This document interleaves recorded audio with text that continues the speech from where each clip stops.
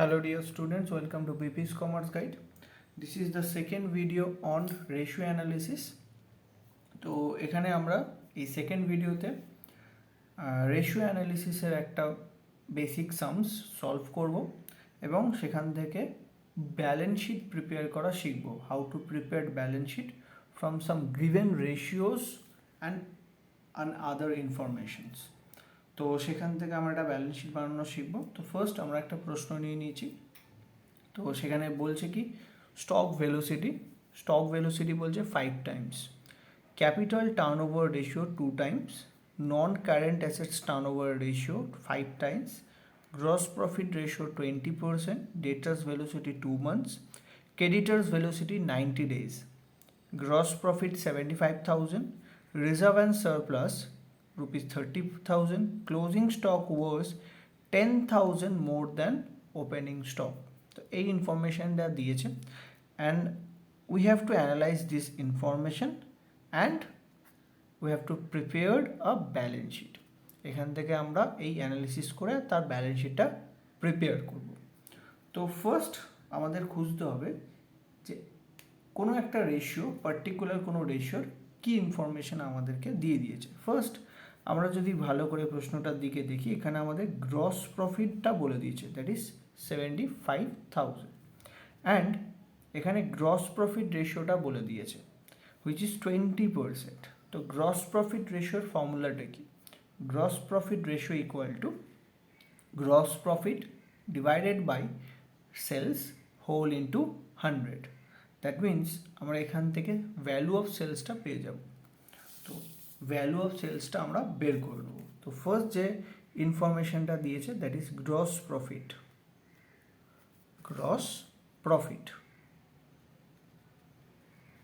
Equal to 75,000, এই ইনফরমেশনটা given রয়েছে। নেক্সট যেটা দেওয়া আছে সেটা হচ্ছে গ্রস প্রফিট রেশিও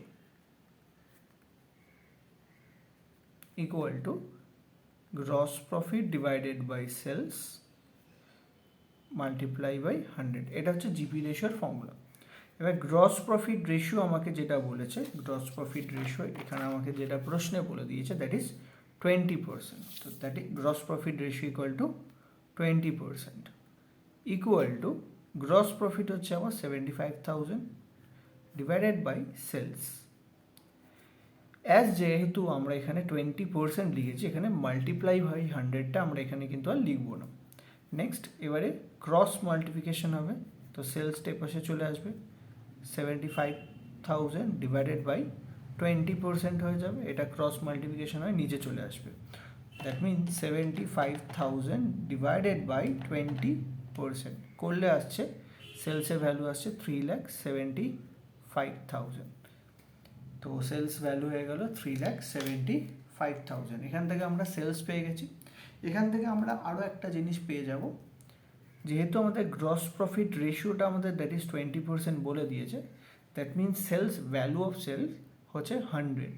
তো আমাদেরকে এস্টিমেট ধরে নিতে হবে, ধরে নিচ্ছি যে সেলসের ভ্যালু হচ্ছে 100 আর 100 হলে গ্রস প্রফিট হচ্ছে 20, প্রফিট হচ্ছে 20 টাকা। দ্যাট মিনস কস্ট হচ্ছে 80%। দ্যাট মিনস সেলসের 80% হচ্ছে কস্ট অফ গুডস সোল্ড। এখান থেকে আমরা যেটা বের করে নিতে পারবো that is cost of goods sold, এর ভ্যালুটা আমরা এখান থেকে কিন্তু ডিটারমাইন করতে পারি। এটা হচ্ছে 3,75,000 মাল্টিপ্লাই বাই 80%।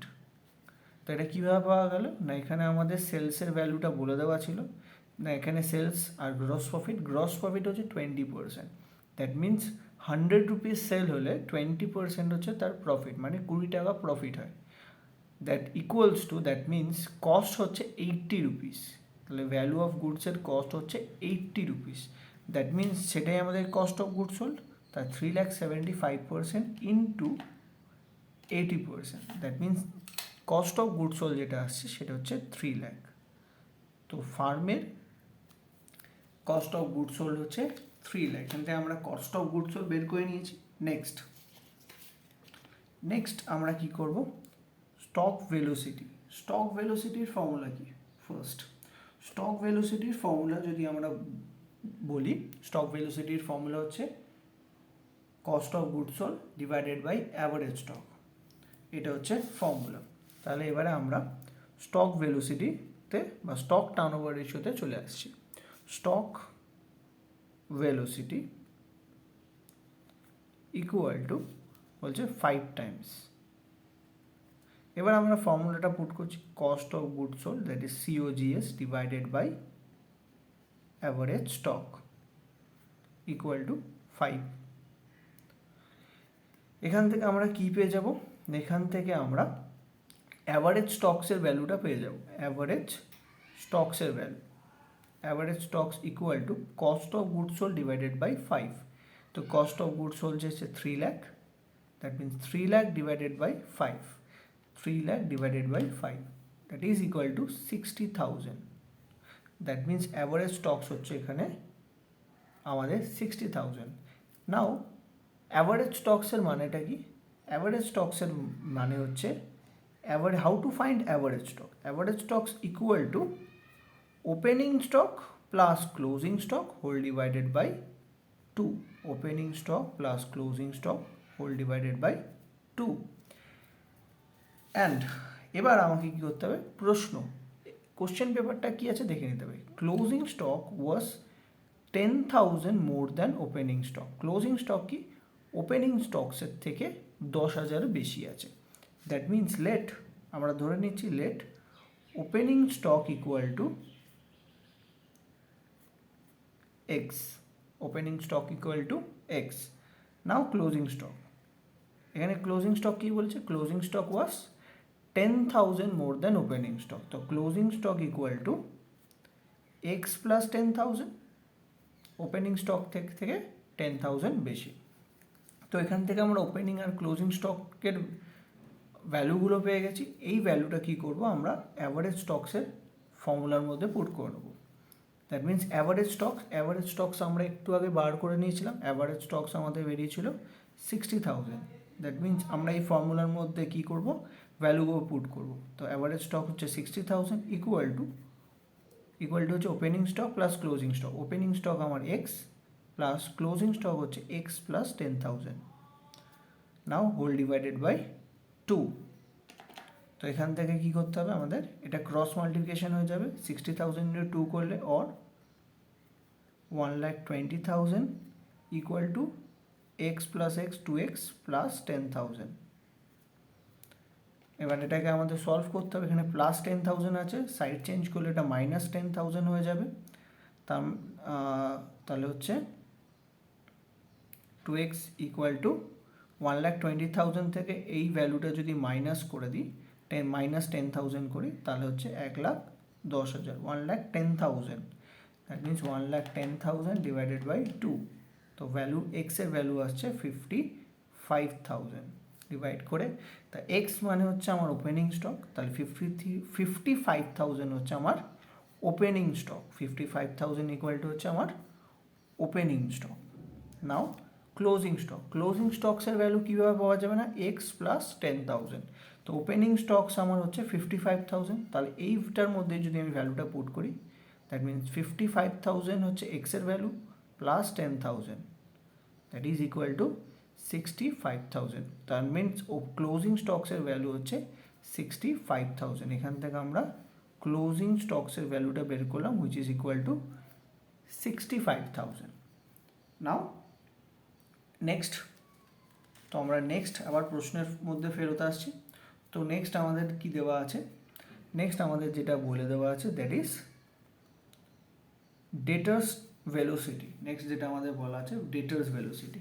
তো নাও ডেটার্স ভেলোসিটি ফর্মুলা কি, debtors velocity or debtors turnover ratio, debtors velocity equal to credit sell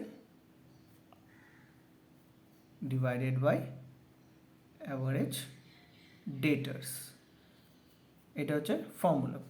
তো ডেটার্স ভেলোসিটি, এখানে ডেটার্স ভেলোসিটি আমাদের বলছে 2 months। এবার এটাকে টাইমসে কনভার্ট করতে হবে। 2 monthsে দেওয়া থাকলে আমরা কী করব,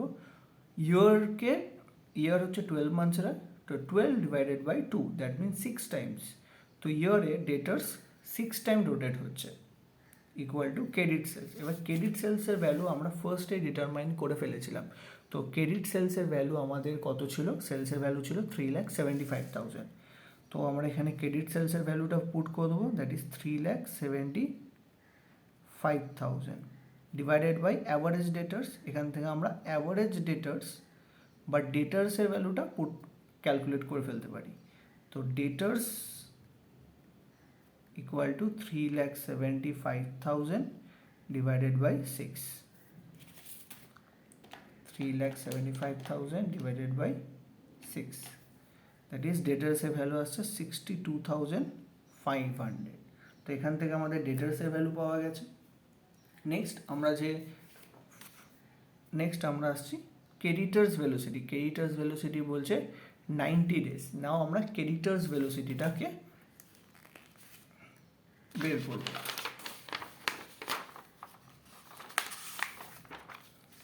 Creditors velocity. So what is creditors velocity?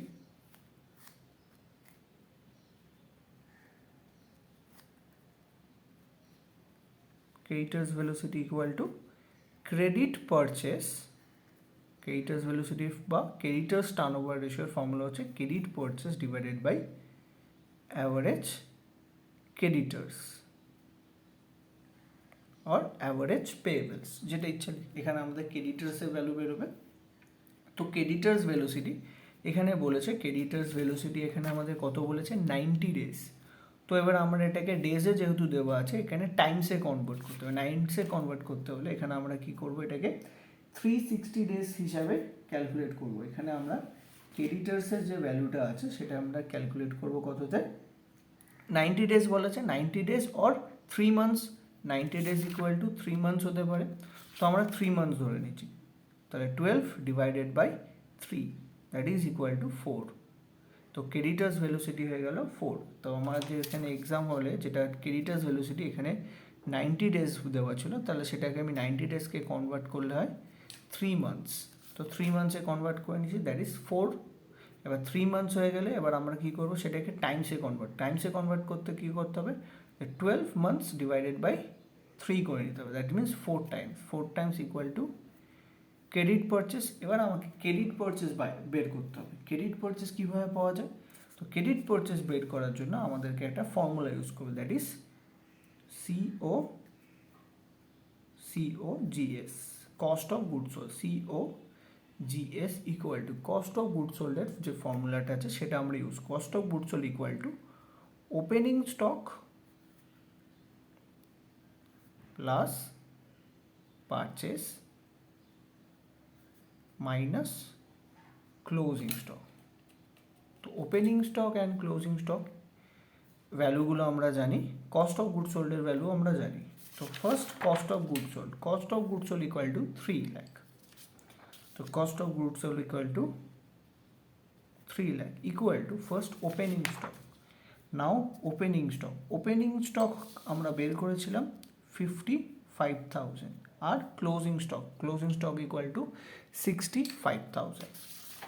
Now opening stock equal to 55,000 plus purchase ভ্যালুটা এখান থেকে পেয়ে যাব, purchase minus closing stock that is 65,000। তো আমরা তো এখান থেকে কী করতে হবে? 55,000 থেকে 65,000 মাইনাস করবো, দ্যাট ইজ মাইনাস 10,000। মাইনাস 10,000টা কী হবে? তাহলে purchase minus 10,000 3 lakh equal two or এবার মাইনাস 10,000 এবার সাইড চেঞ্জ করলে হয়ে যাবে, এটার সঙ্গে প্লাস হয়ে যাবে, that means 3,10,000 equal to purchase. তো পারচেস ভ্যালু আসছে আমার 3,10,000। তো আমরা এই ভ্যালুটা ক্রেডিটার্স ভেলোসিটি ক্রেডিট পারচেসের মধ্যে পুট করব। এখানে আমাদের কোশ্চেন পেপারের মধ্যে অ্যাকচুয়ালি কোনো জায়গায় স্পেসিফাইড বলে দেয়নি how much cash sales, how much credit sales or how much credit purchase and cash purchase.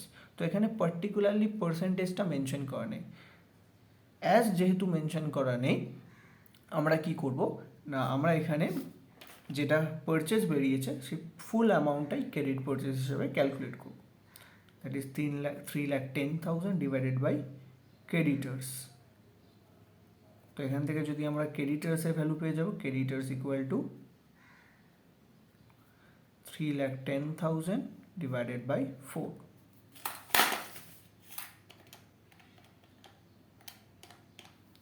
That is equal to 77,500.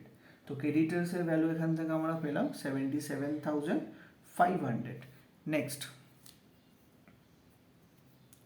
Next আমাদের প্রশ্নের মধ্যে ফেরত আসছি। ক্রেডিটার্স ভেলোসিটি আমাদের হয়ে গেছে, লাস্ট দুটো আমাদের বাকি আছে, that is first capital turnover ratio and second one is non current assets turnover ratio. তো ফার্স্ট আমরা কি করব, ক্যাপিটাল টার্নওভার রেশিওটাকে সলভ করব। Capital turnover ratio equal two, capital turnover ratio equal two এখানে বলা আছে 2 Times. First formula, capital turnover ratio equal two COGS, cost of goods sold, divided by owner's fund or proprietor's fund or net worth equal to 2.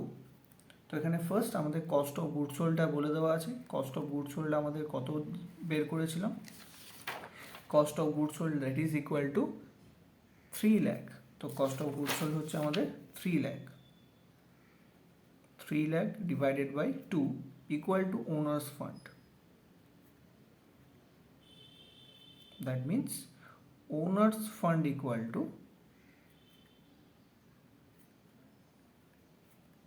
1,50,000. এখান থেকে owners fund আমরা calculate করে নিয়েছি। Owners fund and owners fund means net worth. Owners fund also known as net worth or proprietor's fund. Proprietary fund. तो net worth or owners fund equal to, owners fund কিভাবে calculate করা, owners fund equal to share capital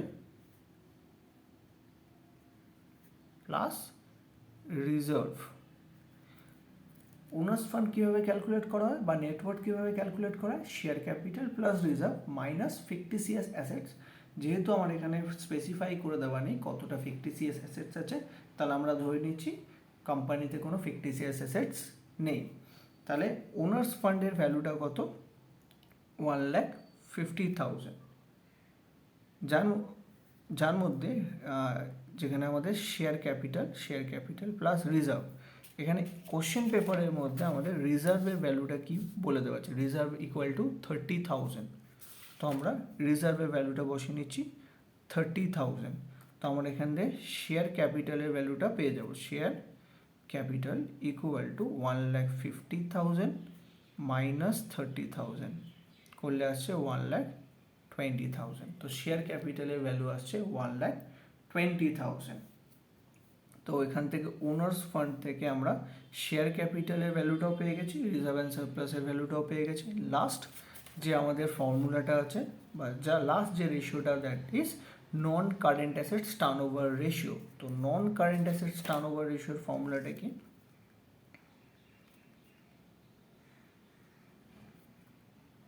non current assets turnover ratio. তো ফর্মুলাটা কি, first ফর্মুলাটা হচ্ছে cost of goods sold COGS divided by non current assets.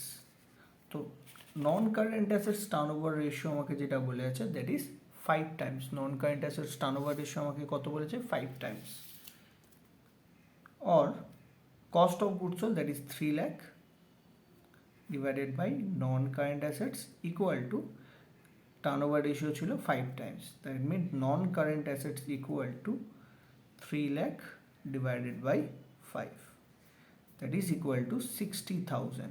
তো non current অ্যাসেটসের যে ভ্যালুটা বেরোচ্ছে দ্যাট ইজ ইকুয়াল টু 60,000। এখান থেকে আমরা নন কারেন্ট অ্যাসেটসের ভ্যালুটা পেয়ে গেছি। নেক্সট এখান থেকে আমরা যতগুলো রেশিও দেওয়া ছিল, এখানে আমাদের যতগুলো রেশিও দেওয়া ছিল আমরা সবকটা রেশিও কী করেছি, ক্যালকুলেট করে ফেলেছি। এবার আমরা কী করবো, ব্যালেন্স শিট প্রিপেয়ার করব। এবার আমাদের কাজ হচ্ছে ব্যালেন্স শিট প্রিপেয়ার করা। তো ব্যালেন্স শিট প্রিপেয়ার করতে হলে ফার্স্ট আমাদেরকে কী করতে হবে, এবার আমরা ব্যালেন্স শিট প্রিপেয়ার করব। তো ব্যালেন্স শিটটা আমরা নর্মাল ব্যালেন্স শিট প্রিপেয়ার করছি সমস্ত ভ্যালুগুলো পুট করে। তো ফার্স্ট আমরা যে ভ্যালুগুলো পুট করব, ফার্স্ট ভ্যালুটা হচ্ছে আমাদের শেয়ার ক্যাপিটাল। লাইবিলিটি সাইডে আমরা পুট করছি share capital, next reserve, next share capital. Share capital আমরা যেটা বের করেছিলাম that is 1,20,000, share capital 1,20,000। Reserve already বলা আছে গিভেন 30,000। নেক্সট আমরা যেটা বের করেছি নন current assets that is equal to 60,000 calculate করে বের করেছিলাম। নেক্সট আমাদের যে ভ্যালু ছিল ডেটার্স, নেক্সট আমরা বের করেছিলাম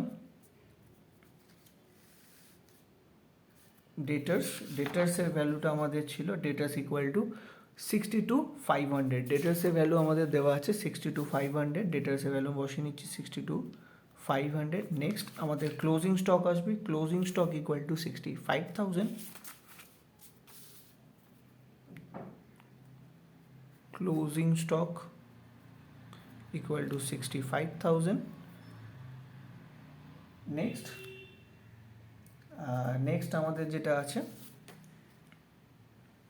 নেক্সট আমরা যেটা বের করেছিলাম সেটা হচ্ছে আমাদের ক্রেডিটার্সের ভ্যালু। Creditors equal two 77,500। তো ক্রেডিটার্সের ভ্যালু হচ্ছে 77,500। এই ভ্যালুগুলো ছিল। এবার আমরা কি করবো, এগুলোকে অ্যাড করে নেব। তো অ্যাড করে নিচ্ছি 1,20,000 প্লাস 30,000 প্লাস 77,500। তো টোটাল আসছে 2,27,500। এবার অ্যাসেট সাইডটাকে অ্যাড করে নিচ্ছি আমরা 60,000 প্লাস 62,500 প্লাস 65,000। টোটাল আসছে আমাদের 1,87,500। দ্যাট মিনস বোথ সাইড আমাদের ম্যাচ করছে না। এটা ছাড়া আমাদের বোথ সাইড কী করব না, আমরা ব্যালেন্সিং ফিগার করব 2,27,500। দ্যাট মিনস 40,000 আমাদের যে ডিফারেন্সটা আছে সেই ডিফারেন্সটা হচ্ছে cash balance, cash and bank. তো এখানে আমাদের বোথ সাইড অটোমেটিক্যালি মিলে যাওয়ার কথা, বাট এখানে আমাদের মেলেনি। এটা আমরা কী করেছি, এখানে যতগুলো ইনফরমেশান ছিল প্রপারলি ইউজ করেছি। এখানে আমাদের কোনো জায়গায় ক্যাশ ব্যাংকের ব্যালেন্স কিন্তু বলে দেওয়া ছিল না, অথবা আমাদের কারেন্ট অ্যাসেটসের ভ্যালু বলে দেওয়া নেই। তো যেহেতু আমাদের ব্যালেন্স মিলছিল না, তার জন্য আমরা কী করলাম, ব্যালেন্সিং ফিগার করে ব্যালেন্স শিটের বোথ সাইডটাকে ম্যাচ করে নিলাম। এখানে যদি আমাদের কারেন্ট অ্যাসেটসের টোটাল ভ্যালুটা আমরা জানতাম, তাহলে আমরা কী করতাম, ভেরিফাই করার একটা চান্সেস ছিল stock, debtors, cash, bank balance add করে কারেন্ট অ্যাসেটসের ভ্যালুটাকে যে অ্যাকচুয়াল যে ফিগারটা আছে সেটার সঙ্গে ম্যাচ করা। যেহেতু এখানে সেই অপশানসটা নেই, তাহলে আমাদের এখানে ব্যালেন্সিং ফিগার করে সেটাকে কিন্তু ব্যালেন্স শিটটাকে কমপ্লিট করতে হবে। আশা করি তোমরা সেকেন্ড ভিডিওটা দেখে কিভাবে ব্যালেন্স শিট প্রিপেয়ার করা হয় বা বিভিন্ন রেশিওগুলোকে কিভাবে ইউজ করে সমস্ত ডেটা ক্যালকুলেট করা যেতে পারে সেটা তোমরা এখান থেকে শিখতে পেরেছো আশা করছি। Thank you for be with us.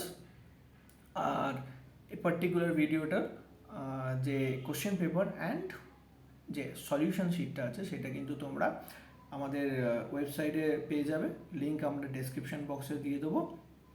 Thank you.